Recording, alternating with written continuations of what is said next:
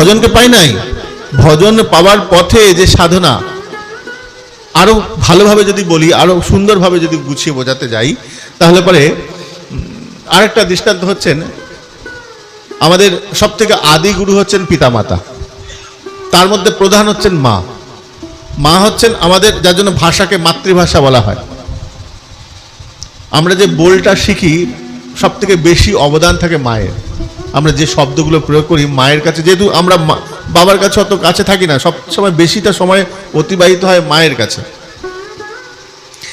তাই মাতৃভাষা শব্দটা প্রয়োগ করা হয়, মাতৃভূমি, মাতৃভাষা। তো মা আমাদের প্রথম শিক্ষক, প্রথম যিনি শিক্ষাদান করেন তিনি হচ্ছেন মাতা। এখন মা কি করেন, ছেলেটা কর্দমাক্ত ওই কাদা, সারা গায়ে কাদা বাদা মেঘে এসে মায়ের কাছে এসে দাঁড়িয়েছে। এখন বাবা একটু বাইরে ঘুরতে যাচ্ছে, কারণ বাবাকে দেখে ছেলেটা বলছে আমি বাবার সঙ্গে ঘুরতে যাব। কারণ বাবা বলছে দূর, তুই অপরিষ্কার, নোংরা, তোকে নিয়ে যাওয়া যাবে না। তখন ছেলেটা কাঁদতে কাঁদতে মায়ের কাছে গেছে। মা তখন কি করলেন, বাবাকে বললেন তুমি একটু দাঁড়াও, আমি তোমার ছেলেটাকে এক্ষুনি তৈরি করে দিচ্ছি।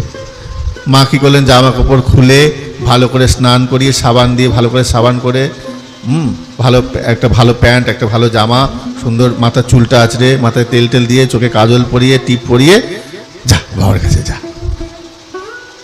এবার ছেলেটা ছুটতে ছুটতে বাবার কাছে ছুটে গেল। বাবা একটু দেখলো, বাহ, হ্যাঁ তোকে নিয়ে যাবার জন্য ঠিক আছে, চ। বাবা নিয়ে চলে গেল। এই যে সম্পূর্ণ প্রক্রিয়াটা হলো, এই মা যে কাজটা করলেন সেটা হচ্ছে গুরুকৃপা।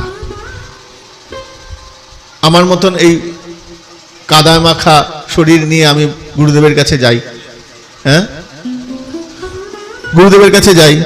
গুরুদেব কি করেন, প্রথমে আমাকে ধৌত করেন, পরিষ্কার করেন, পরিষ্কার করে অন্তঃকরণ, পবিত্র মানে অন্তঃকরণ, পবিত্র করে দেন, পরিষ্কার করে দেন, ধুয়ে মুছে পরিষ্কার করে নতুন জামা পরিয়ে, এই নতুন জামা, এই জামাগুলো পরিয়ে দেন।